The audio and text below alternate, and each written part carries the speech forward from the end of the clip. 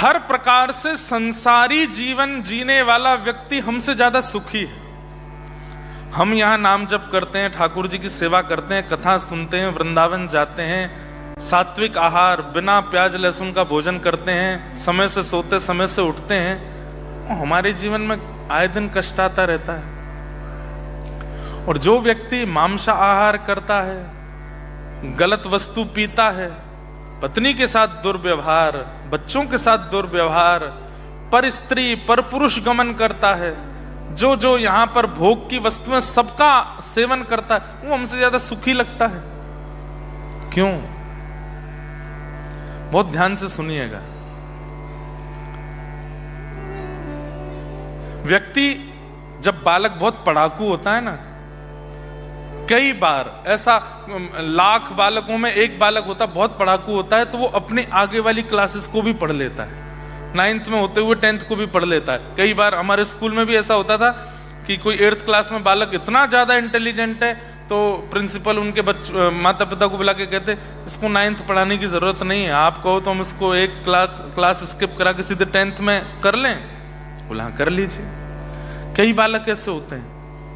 ऐसे ही जब व्यक्ति नाम जप करने लगता है, व्यक्ति भक्ति साधन करने लगता है, व्यक्ति अपने जीवन में सात्विकता लेकर के आने लगता है, भगवत आराधन में ज्यादा लग जाता है, तो ठाकुर जी को लगता है अभी इसको 5 जन्म और लेने, पूर्व के किए हुए प्रारब्ध कब पूरे होंगे? जब ये 5 जन्मों में उनको भोग लेगा। लेकिन अब ये इतना नाम जप आदि सब करने लगा है, क्यों 4 बार और भेजा जाए? एक बार में ही सब खत्म करवाओ। अगले दिन से ही कष्ट आना प्रारंभ, अगले दिन से ही विपत्ति, मानसिक, शारीरिक, बौद्धिक, वो सब आने लगती है। क्यों? ठाकुर जी चाह रहे हैं कि भाई इतनी बार मुझसे दूर नहीं जाना, ये अंतिम है, इसको पूरा करके निकलो यहां से, आ जाओ। आप कहेंगे महाराज जी इतने कष्ट आते हैं कथा सुनने के बाद, तो फिर हम कथा सुनना बंद कर दें? नहीं। नाम जप करना बंद कर दें? नहीं। नाम जप कीजिए, कथा सुनिए, सब क्रियाएं कीजिए जो भी आपके आचार्य, गुरु और वैष्णव जन बताते हैं। क्यों? कष्ट तो आएंगे लेकिन आपको पता नहीं चलेगा। जितना प्रभाव पहले होता था उतना अब नहीं पड़ेगा। मैंने कैसे कैसे लोगों को देखा है, बिना कुर्सी के बैठ नहीं सकते, बिना इस ब्रांड के कपड़े पहन नहीं सकते, बिना इतना नमक मिर्च नींबू नहीं पड़ा हो तो भोजन नहीं कर सकते, ऐसी व्यवस्था नहीं हो तो रह नहीं सकते, ऐसा ना हो तो खा नहीं सकते। लेकिन वैष्णव बनने के बाद पड़ी रहूं कुंजन के कोने, पड़ी रहूं कुंजन के कोने, श्याम राधिका गाऊं, श्याम राधिका गाऊं, किशोरी तोरे चरणन की रज पाऊं, किशोरी तोरे चरणन की रज पाऊं। कहो तो कुसुमल साड़ी रंगावा, कहो तो कुसुमल साड़ी रंगावा। अरे मीराबाई के बारे में जब सुनते हैं तो एक बात और दिमाग में रखा कीजिए, राव दूदा जी की पोती हैं वो। राव दूदा जी कौन है? मेड़ता के राजा हैं। सोने के पलंग पर सोती हैं मीराबाई। ऐसे ऐसे आभूषण पहन करके चलती हैं कि उन आभूषणों को कोई देख लेता है ना तो दूसरे राज्यों की रानियां शर्मा जाती हैं मीराबाई की सुंदरता के आगे। सुंदर कितनी है मीराबाई? इतनी सुंदर हैं, इतनी सुंदर हैं कि कोई एक बार उन्हें देख लेता है तो देखता रह जाता। अच्छा, मीराबाई की सुंदरता की एक बात और, नेत्र इतने सुंदर, नासिका इतनी सुंदर, ओष्ठ इतने सुंदर, मुखमंडल इतना सुंदर। लेकिन संसार की सुंदरता देख करके मन में क्या आता है? संसार में किसी सुंदर व्यक्ति को देखते हैं तो लगता है काश ये हमारा हो जाए, कितना सुंदर है।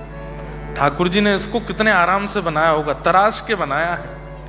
या फिर ज्यादा ही संसारी जीव होता है तो उसके अंदर काम, वासना आदि आदि प्रकट होने लगती है।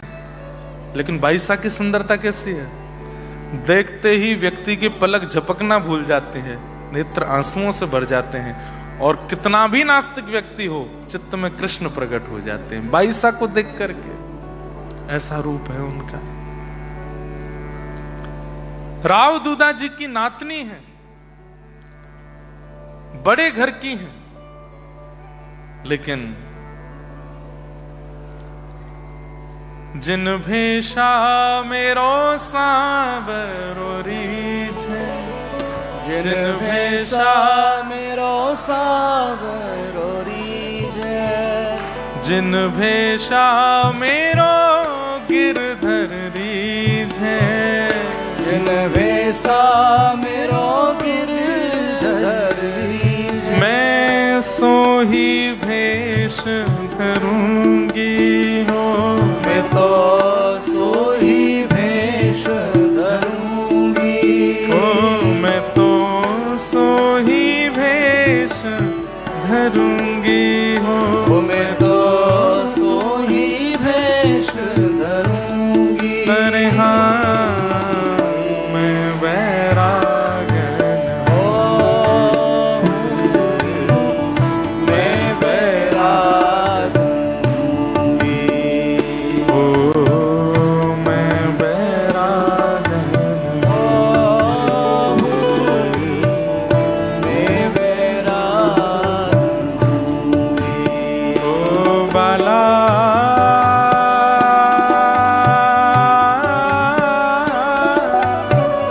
मैं बैरागन हूँगी, हूँगी मैं बैरागन हूँगी, हूँगी मैं बैराग हूँगी। ऐसा होता है जब भक्ति जीवन में आ जाती है तो बाईसा किसी और को रिझाने के लिए तैयार नहीं होते, किसी और को खुश करने के लिए कर्म नहीं करते, किसी और को प्रसन्न करने के लिए बोलती नहीं, चलती नहीं, उनकी एक एक गतिविधि। जिन भेषा मेरो साहिब रीझ, जिन भेषा मेरो साहिब रीझ, ओ जिन भेषा मेरो सांवरो रीझ, जिन भेषा मेरो साहिब रीझ, मैं सोही भेष धरूंगी हो, मैं तो सोही भेष धरूंगी। अरे हाँ मैं बैरागन मैं बैराग। हमारे ऑस्ट्रेलिया में मेलबर्न में भी बहुत सारे वैष्णव तिलक स्वरूप लगा के आते हैं। इनको देख के क्या लगता है आपको? अरे ये उन वाले महाराज जी के शिष्य हैं, ये उन वाले महाराज जी के चरणाश्रित हैं, ये व्यास जी के शिष्य हैं, आदि आदि। नहीं, किसी के सिंदूर को देख के आप उसके पति का नाम नहीं लेते कि उनकी पत्नी है। आप बस सिंदूर देख के समझ जाते हो कि ब्याही ठियाई है, सौभाग्यवती है। ऐसे ही किसी के माथे पर उर्द पुंड देख करके समझ जाए करो गोपाल जी के हो गए हैं, ब्याहे ठियाए हैं। सूने माथे वाले बुरा नहीं मानना, जिनके माथे पर कोई तिलक नहीं वो बुरा नहीं मानना, लेकिन हाँ बहुत बूढ़े हो जाओगे, युवावस्था में ही ब्याह कर लीजिए गोपाल जी से, हो जाइए चरणाश्रित और अपने इस ललाट को सौभाग्य दीजिए, रज स्थापित होने का, कुमकुम स्थापित होने का, ठाकुर जी के चिन्ह स्थापित होने का।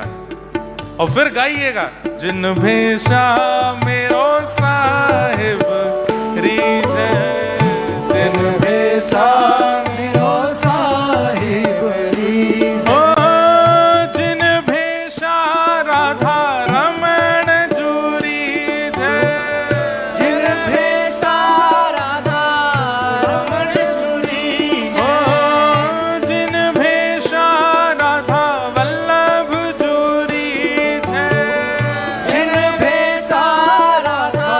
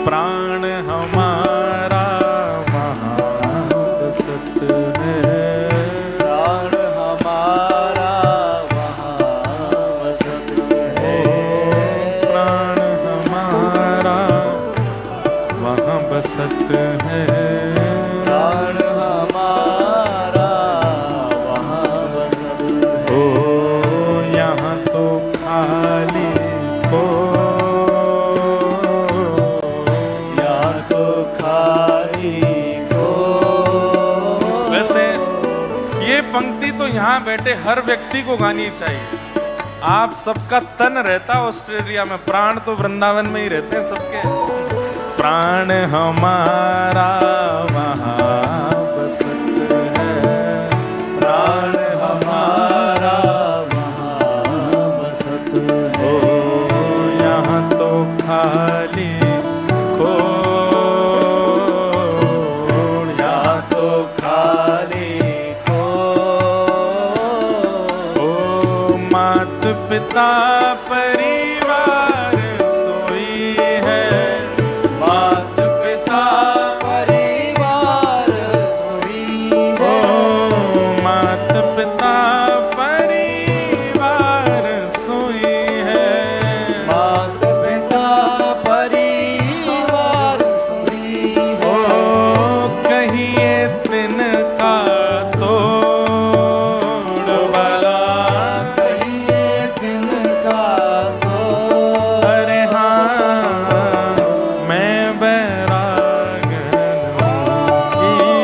हूँगी, मैं बैरागन हूँगी। ओ बाला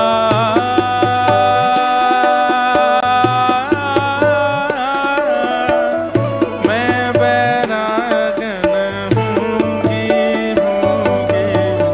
मैं बैरागन हूँगी, मैं बैरागन हाँ हूँगी, मैं बैरागन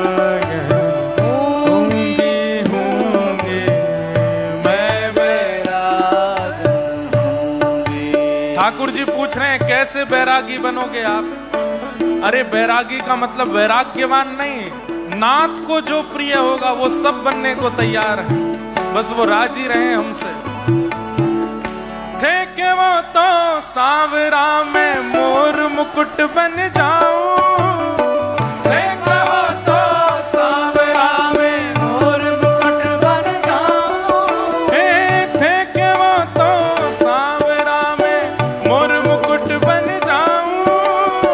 देखो तो सांवरा में मोर मुकुट बन जाऊं। क्यों? अरे पैरण लागे सांवरो जे, पैरण लागे सांवरो हाँ पैरण लागे सांवरो जे। पैरण लागे सांवरो। मैं तो मस्तक से लग जाऊं रे, मैं तो मस्तक से लग जाऊं। ओ मैं तो मस्तक से लग जाऊं रे। मैं तो मस्तक से लग जाऊं। हे मोहन हे गिरधर, हे मोहन आओ तो सही, गिरधर आओ तो सही। माधव रे मंदिर में मीराबाई अकेली खड़ी। आवो तो सही, गिरधर आवो तो सही। माधव मंदिर में मीराबाई अकेली खड़ी। हे मोहन आओ तो सही, गिरधर आओ तो सही। माधव रे मंदिर में मीराबाई अकेली खड़ी। मोहन आवो तो सही, गिरधर आवो तो सही। माधव रे मंदिर में मीराबाई अकेली खड़ी। थे के वो तो सांवरा में कंठहार बन जाऊं। देखो तो सांवरा में कंठहार बन जाऊं। थे के वो तो सांवरा में कंठहार बन जाऊं। देखो तो सांवरा में कंठहार बन जाऊं। अरे पैरण लागे सांवरो जे, पैरण लागे सांवरो हाँ पैरण लागे सांवरो जे। पैरण लागे सांवरो। ओ मैं तो हिवड़ा से लग जाऊं रे, मैं तो हिवड़ा से लग जाऊं रे। मैं तो हिवड़ा से लग जाऊं रे। मैं तो हिवड़ा से लग जाऊं रे। हे मोहन हे गिरधर, हे मोहन आओ तो सही, गिरधर आओ तो सही।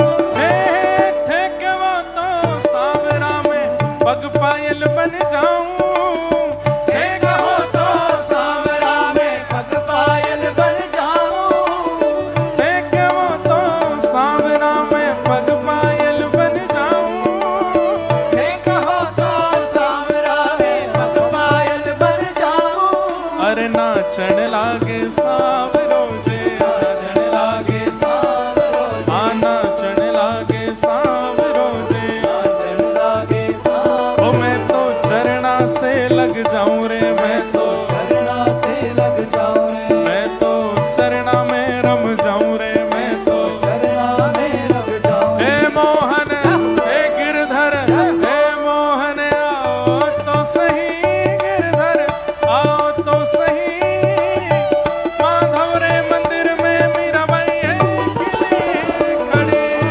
आओ तो सही गिरधर आओ तो सही, माधव रे मंदिर में मीराबाई अकेली खड़ी। हे मोहन आओ तो सही, गिरधर आओ तो सही, माधव रे मंदिर में मीराबाई अकेली खड़ी। आओ तो सही गिरधर आओ तो सही, माधव रे मंदिर में मीराबाई अकेली खड़ी। हे थे के वो तो सांवरा में जल यमुना बन जाऊं, थे कहो तो सांवरा में जल यमुना बन जाऊं, थे के वो तो सांवरा में जल यमुना बन जाऊं, थे कहो तो सांवरा में जल यमुना बन जाऊं। अरे नावण लागे सावरो जे नावण लागे सावरो जे नावण लागे सावरो जे नावण लागे सावरो। ओ मैं तो अंग अंग लग जाऊं रे, मैं तो अंग अंग लग जाऊं रे, मैं तो अंग अंग लग जाऊं रे, मैं तो अंग अंग लग जाऊं। हे मोहन हे गिरधर हे मोहन आओ तो सही, गिरधर आओ तो सही, माधव रे मंदिर में मीराबाई अकेली खड़ी। आओ तो सही गिरधर आओ तो सही, माधव रे मंदिर में मीराबाई अकेली खड़ी। हे मोहन आओ तो सही, गिरधर आओ तो सही, माधव रे मंदिर में मीराबाई अकेली खड़ी। आओ तो सही गिरधर आओ तो सही, माधव रे मंदिर में मीराबाई। राधे राधे गोविंद गोविंद राधे, राधे राधे गोविंद गोविंद राधे, राधे राधे गोविंद गोविंद राधे, राधे राधे गोविंद गोविंद राधे। हरि गोविंद राधे गोपाल राधे, गोविंद राधे गोपाल राधे, हरि गोविंद राधे गोपाल राधे, गोविंद राधे गोपाल राधे। हे भजो हाँ बोलो हे गाओ, राधे राधे गोविंद गोविंद राधे, राधे राधे गोविंद गोविंद भजो, राधे राधे गोविंद गोविंद राधे, राधे राधे गोविंद गोविंद राधे। हे गाओ हे भजो हे बोलो, राधे राधे गोविंद गोविंद राधे, राधे राधे गोविंद गोविंद राधे, भजो राधे राधे गोविंद गोविंद राधे, राधे राधे गोविंद गोविंद राधे, हे भजो राधे राधे गोविंद गोविंद राधे, राधे राधे गोविंद गोविंद। जय जय श्री राम, जय जय श्री राम।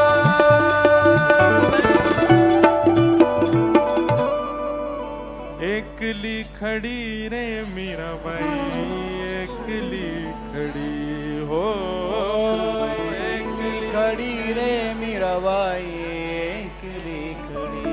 हे मोहन हे गिरधर हे मोहन आओ तो सही, गिरधर आओ तो सही, माधव रे मंदिर में मीराबाई एकली खड़ी। मोहन आवो तो सही, गिरधर आवो तो सही, माधव रे मंदिर में मीराबाई अकेली खड़ी। मैं बैरागन होऊंगी, मैं बैराग। तो ये भाव हमने क्यों स्पर्श किया कि एक बार भक्ति मार्ग में आने के बाद, भक्ति पथ पर आने के बाद में व्यक्ति को भले ही उसके जीवन में पीड़ाएं बढ़ सकती हैं, भले ही उसके जीवन में चैलेंजेस बहुत बढ़ सकते हैं, लेकिन भक्ति इतना बल दे देती है कि वो सबसे जूझने को तैयार हो जाता है। संसारी व्यक्ति दाल में नमक नहीं है ये चिंता भी सहन नहीं कर पाता। संसारी व्यक्ति को रोटी पकी नहीं है, दाल में नमक नहीं है, रात में बेड कंफर्टेबल नहीं है, पत्नी अनुकूल नहीं है, पति अनुकूल नहीं है, ये सब चीजें भी संसारी व्यक्ति सहन नहीं कर पाता। लेकिन वैष्णव भक्त जो होता है ना, वो बड़े से बड़े पहाड़ को भी सहन कर लेता है विपत्ति के। ये हम तो केवल ये समझाना चाहते हैं, उद्देश्य केवल इतना है कि सब समझ जाओ भाई, ये जन्म अंतिम हो, ये जीवन अंतिम हो। ठाकुर जी प्रतीक्षा कर रहे हैं हमारी। हम लोग यहां अपनी मर्जी से आते हैं पृथ्वी पर। एक प्रसंग आता है श्रीमद् भागवत में कि दो पक्षी हैं, एक परमात्मा एक जीवात्मा, और जीवात्मा रूपी परमात्मा रूपी पक्षी दोनों वैकुंठ रूपी घोंसले से जब पृथ्वी की ओर देखते हैं तो जीवात्मा रूपी पक्षी परमात्मा रूपी पक्षी से कहता है कि ये कितना सुंदर है, इस पृथ्वी पर पहाड़ तो देखो, यहाँ की नदियां तो देखो, सरोवर कुंड तो देखो, यहाँ के मार्ग तो देखो, ये कितना सुंदर है। और फिर जब वो पृथ्वी देखते देखते, अरे यहाँ के लोगों को देखो, कोई किसी की माँ है, कोई किसी के पिता हैं, यहाँ पर बहन है, भाई हैं, परिवार है, ये कितना अच्छा है ना संसार। तब परमात्मा कहते हैं देखने में अच्छा लग रहा है नहीं। तब जीवात्मा कहता है मैं एक बार घूम के आ जाऊं, एक बार। ठाकुर जी कहते हैं नहीं, तू मेरे पास ही रहे। तब जीवात्मा कहता है एक बार जाऊंगा, बस आ जाऊंगा ना वापस। ठाकुर जी बोले तू नहीं आ पाएगा, ये इतना खतरनाक है संसार, इसमें घुस तो जाता है व्यक्ति, निकल नहीं पाता। निकलने के लिए मेरे नाम का ही आश्रय लेना पड़ता है। बोले मैं लूंगा ना, मैं तो आपसे बहुत प्रेम करता हूं, बस मैं देखूंगा, थोड़ी देर घूम करके फिर आपका नाम का आश्रय लेके आ जाऊंगा। ठाकुर जी बोले देख जिद मत कर, बोले एक बार जाने दो। तो ठाकुर जी कहते हैं जाओ, पर आ जाना, ठीक है। हम तब के निकले हैं वहां से, अभी तक नहीं गए। मैं आपके सामने बैठा हूं, आप मेरे सामने बैठे हो, इस बात का प्रमाण है कि हम अभी तक ठाकुर जी के पास गए नहीं। कब से घूम रहे हैं यहीं पर। बीच बीच में ठाकुर जी संदेश भेजते हैं, वृंदावन के प्रति प्रीति हो जाना, महापुरुषों की वाणी में रुचि आने लगना, कथाएं श्रवण में रुचि आना, ये सब ठाकुर जी के संदेश हैं कि तेरी प्रतीक्षा कर रहा हूं मैं, तू मुझसे वादा करके गया था कि आएगा, अभी तक नहीं आया। अच्छा, ठाकुर जी हमको 84 लाख में नहीं घुमाते, हम अपने ही कर्मों से घूमते रहते हैं। व्यवस्था ऐसी ठाकुर जी ने कर्म बंधन की बनाई है कि ठाकुर जी चाह करके भी हमको नहीं निकाल पाते। तब ठाकुर जी कहते हैं ठीक है, मैं तेरे लिए एक इजी वे कर देता हूं। क्या? तेरे सब काम तो बड़े खराब हैं, यहां पृथ्वी पे आके तेने किया तो बहुत सब बंटा धार है अपना, मेरा नाम गा लो, उससे सब सेटलमेंट होने लग जाएगा। नहीं गाते, आलस करते हैं, उसमें भी प्रमाद करते हैं, और कई जगह तो नाम गाते भी हैं लेकिन संसार के सारे विषय भी करते हैं। ठाकुर जी फिर कहीं हमारा कल्याण नहीं होता ना, इससे बड़ा कष्ट ठाकुर जी को कुछ नहीं होता कि फिर से फंस गया संसार, फिर से जन्म लेगा, फिर से घूमेगा इन्हीं चक्करों में, नहीं आ पाएगा मेरे पास।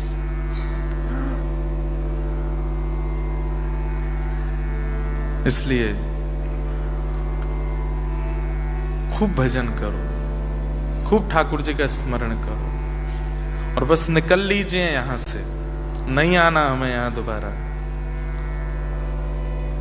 यह संसार सकल जग झूठा, झूठा कुल नाता।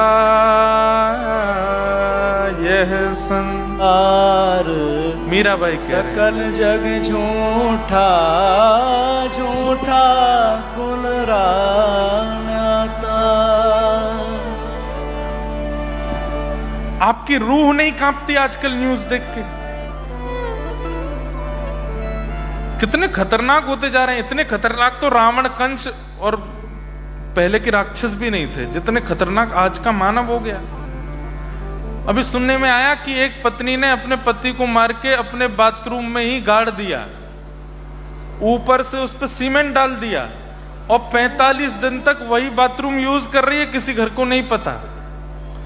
45 दिन बाद फिर पुलिस को कैसे तैसे पता चली तो पूछा कहां है तुम्हारे पति?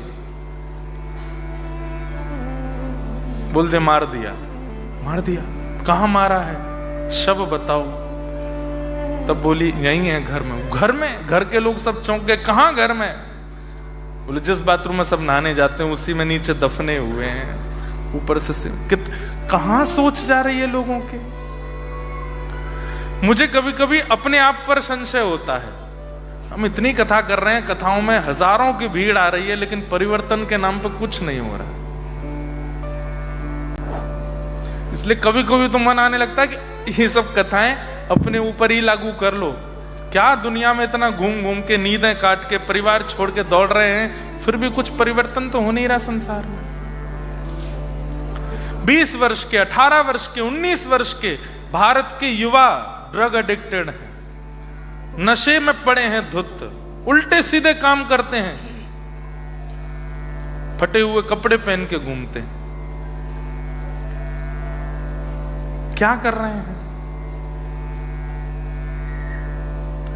इसलिए कम से कम जो सुन रहे हैं, जो आ रहे हैं कथा में, भले ही जबरदस्ती आ गए हैं, कोई खींच के लिए आया है, समझ जाइए इसके लिए नहीं मिला था संसार हमको, ये सब करने के लिए नहीं मिला है। हम लोग देखने आए थे इसको, पर यहां आकर के जितना रायता फैलाया उसको समेट नहीं पाए, फैलाते ही जा रहे हैं। उसको इस जन्म में समेट लीजिए, वो नाम से ही हो सकता है। नाम से समेट के सब व्यवस्थित करके निकल लीजिए यहां से। हम तो इसी उद्देश्य से, अपने लिए भी इसी उद्देश्य से ही कथा कर रहे हैं, बस निकलना है यहां से। यह संसार सकल जग झूठा, झूठा कुल नाता। ये संसार सकल जग झूठा, झूठा कुल नाता। तो फिर साचा कौन? मीरा के प्रभु गिरधर नागर, मीरा के प्रभु गिरधर नागर, मीरा के प्रभु नटवर नागर, मीरा के प्रभु नटवर नागर, हरि चरणा चितराची गिरधर जन्म मरण रासाथी। गिरधर जन्म मरण रासाथी। हो याए नाय बिसरू में दिन राती, हो याए नाय बिसरू में दिन राती। गिरधर जन्म मरण रासाथी। गिरधर जन्म मरण रासाथी। वही एक है हमारे, और कोई नहीं। मैं एक उदाहरण दिया करता हूं कि आप 1 लाख 2 लाख डॉलर के घर में रहो और 5 मिलियन के घर में रहो, दोनों में अंतर क्या होगा? जब 5 मिलियन के घर में रहोगे ना, तो हर दिन आपके फोन पर आपके दूर के बिछड़े हुए रिश्तेदारों को भी फोन आएंगे। वो भी आपसे मित्रता करना चाहेंगे जो कभी आपको देखते तक नहीं थे। लेकिन भगवान ना करे कभी जीवन में ऐसा उतार आया कि पहुंच गए एक सामान्य से फ्लैट में या रहने लगे किराए के घर में, आप फोन करोगे तो सामने वाले उठाएंगे भी नहीं। लेकिन दोनों परिस्थिति में आपके सेवा के ठाकुर जी आपको नहीं छोड़ेंगे, वो संगी रहेंगे। आप चाहे करोड़ों के घर में रहो, चाहे सामान्य से कमरे में रहो, आपके ठाकुर जी नहीं छोड़ेंगे। आप चाहे महापापी बन जाओ, चाहे परम वैष्णव बन जाओ, आपके ठाकुर जी आपको नहीं छोड़ेंगे। तो वही तो जो हर परिस्थिति में आपके संग रहे, वही तो आपके हैं, वो केवल ठाकुर जी हैं। एक प्रसिद्ध कथा जगन्नाथपुरी की आती है कि एक भक्त था, उसकी माता जी पधार गई तो बहुत रोया जगन्नाथ जी के सामने जाके, इतना रोया कि महाप्रभु जी बेचारे करुणा में आके बोले, तू क्यों इतना रो रहा है? बोले, मेरे जीवन में बहुत कष्ट है। ठाकुर जी बोले, तो मैं क्या करूं, कष्टों को खत्म करूं? बोले, कष्ट तो मेरे प्रारब्ध के हैं, वो तो आएंगे, आप बस इतना कर दो, मेरे हृदय को शांति मिल जाएगी। जब भी कष्ट आए मुझे पता चल जाए कि आप मेरे आसपास हो, अब मुझे पता लग जाएगा आप वहां खड़े हो, आप मेरे संग बैठे हो। बस इतना कुछ ऐसी व्यवस्था कर दो कि मुझे ये पता चलता रहे कि आप मेरे पास हो। ठाकुर जी बोले, जब भी कष्ट आवे तो समुद्र के तट पर चल के देखना, तो 2 पैर तेरे दिखेंगे, पीछे मुड़ के देखेगा तो तेरे पैरों के चिन्हों के बगल में 2 पैर और दिखें, समझ जाना मैं तेरे पास हूं। तो वो बोला, हाँ बस ये कर दो, आप मेरे पास रहो, बस इसी से मुझको शांति मिलेगी। अब जब जब उसके जीवन में कष्ट आता, दौड़ के समुद्र के तट पर जाता, चलता और फिर पीछे मुड़ के देखता तो 2 उसके पैरों के निशान और बगल में छोटे छोटे ठाकुर जी के चरण। बस वो खुश हो जाता, नाथ बस ऐसे संग रहो, मैं सबसे लड़ लूंगा, सब सह लूंगा, सारी विपत्तियां पार कर लूंगा, आप मेरे संग रहो। लेकिन अभी तक तो छोटी छोटी विपत्तियां आ रही थी, अब विशाल पहाड़ गिरा जीवन में। कुछ ऐसा हुआ कि घर से निकाल दिया, माताजी पहले ही चली गई थी, पिताजी ने भी प्राण त्याग दिए, बहुत परेशान। जब टूट गया, दौड़ करके गया समुद्र तट पर चल करके जैसे पीछे देखा तो ठाकुर जी के चरण चिन्ह नहीं थे। तो ठाकुर जी से जाके बोला, आप भी औरों की तरह हो, विपत्ति आने पर छोड़ के चले जाते हो। छोटी छोटी विपत्तियों में साथ खड़े थे और इतनी बड़ी विपत्ति आई जब मुझे बहुत जरूरत थी आपकी, तो आप भी छोड़ के चले गए। ठाकुर जी उसके स्वप्न में प्रकट होकर के बोले, क्यों रो रहे हो? बोले, पहले आप चलते थे मेरे साथ में, अब क्यों नहीं चल रहे? बोले, ठाकुर जी बोले, पहले इतनी बड़ी विपत्ति नहीं थी इसलिए तू चल सकता था, मैं बगल में चलता था, लेकिन अब बहुत बड़ी विपत्ति आई तो गोद में तुझे उठा के मैं चल रहा हूं, तेरे पैर नहीं है वो मेरे हैं। और ये कथा कथानक सी नहीं है, ये वास्तविकता है, मैं अनुभव करता हूं। मैं सत्य बताऊं, 1-2 साल पहले तक तो मैं कथा बोलता था, लेकिन 2 साल से मैं अनुभव बोलता हूं। कितनी भी बड़ी विपत्ति आ जाए, आप उनके प्रति विश्वास और शरणागति का त्याग मत करो। आप कुछ कर ही नहीं रहे हो, सब ठाकुर जी करेंगे, सब मंगल में बना देंगे। इसलिए भैया इस उद्देश्य को समझ जाइए और निकल लीजिए यहां से। खूब भजन करो ठाकुर जी का, खूब कथा सुना करो।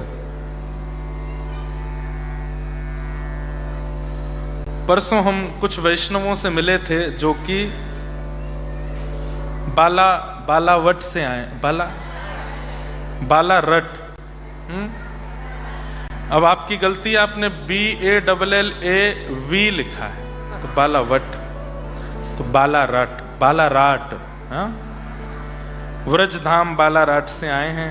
हमने इनको वचन दिया है कि अगली साल हम बालाराट आएंगे एक दिन के लिए। और शंकर जी, सुमित जी इतना अच्छा काम कर रहे हैं। ये लोग क्या करते हैं पता है? इनके पास आने वाले लोगों को, वैष्णवों को, ये उनकी तिथि का जन्मोत्सव बताते हैं कि आपकी तिथि से जन्म कब हुआ। उस तिथि के जन्मोत्सव पर भी कुछ मंगल कार्य किया करो। जैसे मेरा जन्मदिन है 7 अगस्त, लेकिन तिथि से मेरा जन्म है श्रावण कृष्ण नवमी। 2 पक्ष होते हैं हमारे यहाँ, कृष्ण पक्ष और शुक्ल पक्ष। ध्यान से सुनना, जब पूर्णिमा से चंद्रमा अमावस्या की ओर जाता है उसको कृष्ण पक्ष कहते हैं, और अमावस्या से जब चंद्रमा पूर्णिमा की ओर चलता है उन 15 दिनों को शुक्ल पक्ष कहते हैं। हम सब लोग शुक्ल कृष्ण पक्ष में ही जन्म लेते हैं। उसमें फिर तिथियां हैं, द्वितीया, तृतीया, चतुर्थी, पंचमी, षष्ठी, सप्तमी, अष्टमी, नवमी, दसवीं, एकादशी, द्वादशी, त्रयोदशी, चतुर्दशी और पूर्णिमा या फिर अमावस्या। व्यक्ति को अपनी तिथि से जन्मोत्सव मनाना चाहिए, उससे दीर्घायु होता है। तो क्या करे, डेज के जो जन्मोत्सव होते हैं आपके, जैसे आज है 6 जुलाई, 6 जुलाई है ना आज, 6 जुलाई को, अब आज जिसका जन्मदिन हो, संसारी लोगों को आज सबको पार्टी दे दे, सबसे विशेष ले ले, लेकिन तिथि वाले जन्मोत्सव पर अपने घर के ठाकुर जी का उत्सव करे। उस दिन ठाकुर जी को, आपकी भाषा में कहें तो ठाकुर जी को पार्टी दो, ठाकुर जी के लिए बढ़िया पकवान बनाओ, ठाकुर जी का तो वो सबको तिथि बता। तिथि वैसे आप भी ढूंढ सकते हो, आप अपना डाल के गूगल पर चेक कर लो मेरे जन्मदिन पर और इस साल में कौन सी तिथि थी, तो तिथि निकल के आएगी। उस तिथि को याद रखना, उस तिथि पर अपना जन्मोत्सव मनाओ। और दूसरा आप लोग काम करते हैं कि सबको पितृ क्रिया सिखाते हैं। जो पूर्वज हमारे जा चुके हैं पृथ्वी से, श्राद्ध पक्षों में उन पितरों का तर्पण आदि कैसे करना चाहिए। एक बात कहूं, बुरा नहीं मानिएगा,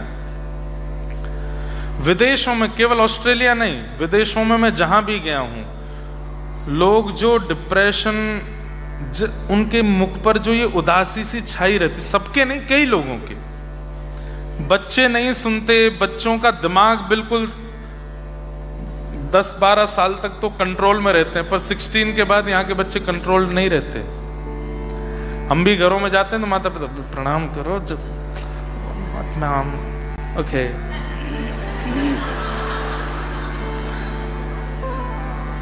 ऐसा करते हैं। बच्चे कंट्रोल से बाहर रहते हैं, पति पत्नियों में आपस में नहीं बन रही है, माता पिता दूर चले गए हैं, बहुत सारी टेंशनें, पारिवारिक टेंशन भी बहुत ज्यादा रहती है। और इतना ज्यादा ये बच्चे, कई बार यहाँ पर जन्म होता है तो कई सारी बीमारियों से युक्त रहते हैं, और भी बहुत कुछ होता है। ये सब क्या है, ये सब पितृ दोष है। हम पितृ क्रिया नहीं करते, इसलिए ये सब दोष हमारे ऊपर आ जाते हैं। अच्छा, कभी भी ये नहीं सोचना कि पितृ आपको दोष देते हैं ना, पितृ तो छतरी लेके खड़े रहते हैं आपके ऊपर। ठाकुर जी से कहते हैं मेरा बेटा है, मेरी बहू है, मेरा परिवार है, नाथ इस पर कृपा बनाए रखना। जब श्राद्ध आते हैं और श्राद्धों में उनकी तिथि आती है, और उस दिन जब हम कुछ भी उनके लिए नहीं करते, ब्राह्मण भोज नहीं कराते या कुछ भी, तब सब आपस में कहते हैं तुम तो इसके लिए छतरी लिए खड़े हो, कष्टों के, विपत्तियों के सारे बादलों को रो के खड़े हो कि इसके ऊपर कुछ ना आवे, और ये तो आपको याद तक नहीं करता, तुम्हारा श्राद्ध तर्पण तक नहीं करता। श्राद्ध मतलब श्रद्धा, तुम्हारे प्रति बिल्कुल श्रद्धा नहीं रखता। अरे हम लोगों के ऊपर ऋण है, लोन है हमारे पूर्वजों का, वो थे इसलिए हम हैं। इसलिए हर श्राद्ध पर हर व्यक्ति अपने पितरों का तर्पण करता है, ब्राह्मण भोज आदि कराता है। लेकिन जब व्यक्ति नहीं करता तब वे पितर सोचते हैं इसको तो हमारी याद ही नहीं है, ये तो हमारे नाम से कुछ करता भी नहीं, कुछ दान पुण्य भी नहीं करता, तो फिर हम क्यों छतरी लिए खड़े, हटो। वे अपनी छतरी बंद करके चले जाते हैं। जितनी विपत्तियों से वे आपको बचा रहे थे, अब बचाने वाला कोई नहीं है, तो वो सब विपत्तियां आती हैं, और उन्हीं विपत्तियों के कारण वो विपत्तियां विशेष रूप से बुद्धि और मन पर असर करती हैं, और उसके कारण ये जो मनस्थिति परिस्थिति विदेशों में बन जाती है, बनने लगती है। तो उन पितृ कार्यों को कैसे करना चाहिए ये सब वहां सिखाते हैं, उन पितरों का कैसे क्रम होता है आदि आदि। तो मुझे बहुत अच्छा लगा। हमने तो सब अपने भक्ति पथ ऑस्ट्रेलिया वालों से भी कहा एक बार मेलबर्न में भी एक सेशन करवाओ, 5-10 बेंचेस लग जाएं, लोग लाइन बना करके एक एक करके आवें, अपना तिथि और अपने पितरों का कर्म सब पूछ के जामें, कैसे करना है हमें बताएं। हमारे पितर इन डेट्स में गए थे, उनकी क्या तिथि होगी, क्या करना चाहिए, कैसे होना। तो यहाँ रह कर के भी आप कर सकते हो, करना ही चाहिए, बहुत आवश्यक है। 3 ऋण हैं हमारे ऊपर, 3 लोन चल रहे हैं हम लोगों पर, देव ऋण, ऋषि ऋण और पितृ ऋण। इसलिए ब्राह्मण लोग जनेऊ पहनते हैं, उसमें 3 धागे होते हैं, एक देव ऋण का, ऋषि ऋण का, पितृ ऋण का। इसलिए ब्राह्मण जो भी कर्म करता है, अब मैं कथा सुना रहा हूं, इसका जो भी पुण्य मिलेगा उस पुण्य से मेरे 3 ऋण घटने लगेंगे। मैं गिरिराज जी की परिक्रमा करने जाऊंगा, उसका जो पुण्य मिलेगा, ये धागा अगर ये जनेऊ मेरे यज्ञोपवीत मेरे कंधे पर है, 3 ऋण घटने लगेंगे। इसलिए ब्राह्मण लोग जनेऊ धारण करते हैं, ताकि वो जीवन में फिर जो भी पुण्य कर्म करते हैं उससे उनका ऋण चुकने लगता है। लेकिन सब लोग जनेऊ धारण नहीं करते, यज्ञोपवीत नहीं पहनते, तो वो केवल श्राद्ध दिनों में अपने देवताओं का भाव रखें। श्राद्ध से याद आया, एक लीला सुना देते हैं, आज विश्राम है कथा का। हमारे व्रजमंडल में साल भर उत्सव चलते हैं। जनवरी में मकर संक्रांति से शुरू होगा, वसंत पंचमी आएगी, 40 दिन की होली चलती है। होली के बाद में भी फिर उत्सव चलते रहते हैं। आजकल रथ यात्रा की तैयारी चल रही है, स्नान पूर्णिमा निकल के गई है। दुनिया भर, भारतवर्ष में पूरे सब जगह ठाकुर जी रथ में बैठ जाएंगे, रथ यात्रा करेंगे। रथ यात्रा के बाद फिर जन्माष्टमी की तैयारी, फिर राधाष्टमी की तैयारी, फिर शरद पूर्णिमा की तैयारी, आदि आदि कुछ ना कुछ उत्सव चलते रहते हैं। केवल 15 दिन ऐसे हैं जब कोई उत्सव नहीं होता। कब? श्राद्ध के दिनों में। क्यों? श्राद्ध के दिनों में सब लोग अपने घरों में रहते हैं, अपने पितरों का अर्पण करते हैं, इसलिए कोई उत्सव नहीं होता। तो जब ठाकुर जी और श्री जी लीला कर रहे थे, उन दिनों में भी नंद बाबा और वहां वृषभानु बाबा ने नियम बना रखे थे, लाला लाली दोनों के लिए। अब तुम कहीं नहीं जाओगे, गैया चरानो 15 दिन आए हुए को। क्यों? लाला अपने पितरों को श्राद्ध करेंगे। तो ठाकुर जी तो गैया चराने के बहाने श्री जी से मिलवे जामे, अब यहां बाबा जाने ही ना दे रहे हो, अब क्या करें। तो सांझी उत्सव होते हैं 15 दिन। जो लोग वृंदावन जाते रहते उनको पता होगी सांझी किसे कहते हैं। जल के ऊपर, पानी के ऊपर रंगोली जैसी बनाई जाती है। पानी के ऊपर परात में पानी भर के उस पर रंगोली बनाते हैं और उसमें ठाकुर जी की कोई लीला बनाई जाती है। क्योंकि श्याम सुंदर मिलने नहीं आ रहे हैं और यहाँ किशोरी जी नहीं मिल रही हैं, तो वहां दूर बैठी हुई किशोरी जी, यहाँ दूर बैठे श्याम सुंदर, दोनों आपस में यहाँ ग्वाल बाल सांझी बना के लाला को सुख देते हैं, वहां सखियां सब सांझी बना के श्री जी को सुख देते हैं। तो एक बार ठाकुर जी एक श्यामा सखी बन के जाते हैं और अपने आप को बहुत सुंदर सांझी बनावे वाली बतामे बरसाने गए। वहां जाकर के ललता विशाखा तक मुंह पे बहुत जोर की सांझी बनानी आवे, बनवाए लो। तब सांझी बनाते हैं। तो किशोरी जी उनकी सांझी बनाते हुए देख के कहे, मैं अरे सखी तू मुंह को सिखाए दे।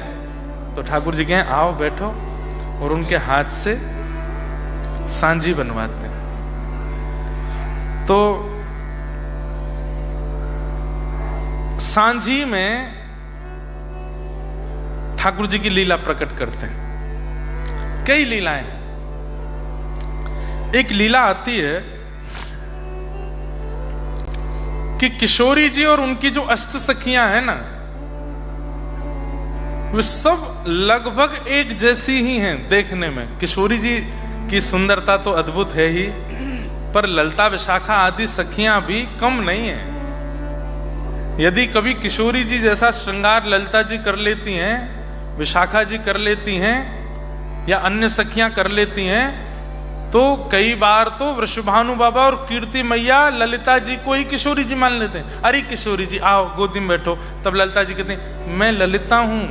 अच्छा, बिल्कुल एक जैसी लगती हैं, नेत्र भी एक जैसे हैं, कान भी एक जैसे हैं, नासिका भी एक जैसी, बस श्रृंगार विशेष श्री जी का होता है और श्री जी के रूप में प्रधानता स्वभाव की है। लोग सुंदर तो बहुत होते हैं, आंखें सुंदर होती हैं, नाक सुंदर होते हैं, स्किन सुंदर होती है, त्वचा बढ़िया होती है, शरीर बढ़िया होता है, पर स्वभाव अच्छा नहीं होता। तो हमारी किशोरी जी की पहचान स्वभाव से होती है। उनके स्वभाव, कितना सुंदर स्वभाव है। सहज स्वभाव पढ़ो, ध्रुवदास जी गाते हैं। नवल किशोरी जू को सहज स्वभाव पढ़ो। सहज, ये पद याद होना चाहिए आपको। इस पद से किशोरी जी की पहचान होगी। सहज स्वभाव, सहज मतलब डाउन टू अर्थ। कल मुझे किसी ने लिख के दिया था, महाराज जी गुलाम खां का चरित्र सुनाइए। मैंने सुनाया था एक बार।